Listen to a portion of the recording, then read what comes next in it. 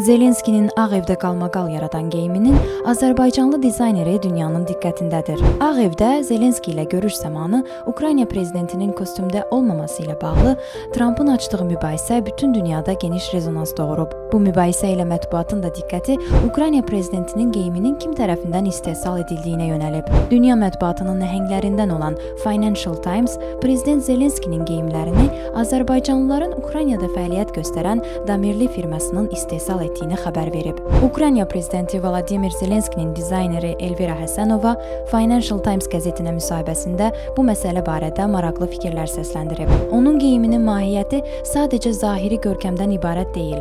Bu, Zelenskinin dünyaya mesajının bir hissəsidir və mahiyyəti onun xalqının yanında olduğunun isbatıdır. O, müharibə dövrünün lideridir.